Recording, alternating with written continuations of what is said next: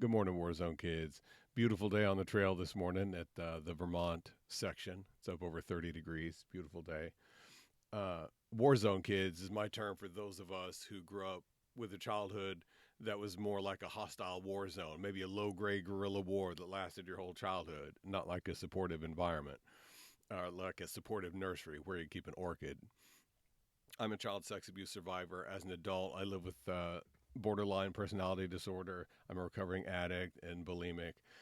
And I think of our childhood as kind of like a period of time when our psyche, our soul, the person that we are, comes together like a Jenga tower. That game, you start off and it's a nice solid block, and then by the end of the game, it's a swaying thing, very unstable. A war zone childhood leaves you with a psyche in adulthood like that leaning Jenga tower. And to live our life now, to learn and become who we are, the task of healing, of becoming whole, of headed to the Western lands. That's what I call a place of peace and wholeness where I learn and become what I am. It's like putting that Jenga tower back together.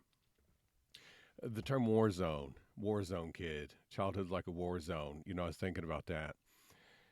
We bring war and peace with us, like those Roman diplomats that would carry in their toga a loaf of bread and the short sword that they're famous for. And when they did diplomacy, they would say, I got them both right here. I got war in one hand and I got peace in the other. Which one do you want?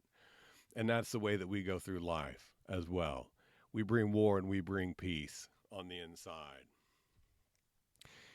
So I practice Zen, and I spent some time pondering on Japanese culture, and big fan of World War II and the Pacific Theater. It's very fascinating to me. And here's something real interesting. I was born in 1974. That's also the year that the last Japanese holdout on the island of Morotai in Indonesia surrendered. He was alone, and he lived in that jungle from 1945 until 1974, the year I was born. And that whole time, he lived in a war zone. He thought he was hiding from the Allies. That whole time, 29 years, he thought he was hiding from the Allies. He lived in a war zone of a war that was over for 29 years. Don't do that, Pilgrim. Leave the war zone. Find peace. Leave the war zone behind you. Learn to become who you are. Let's get a move on, Pilgrim.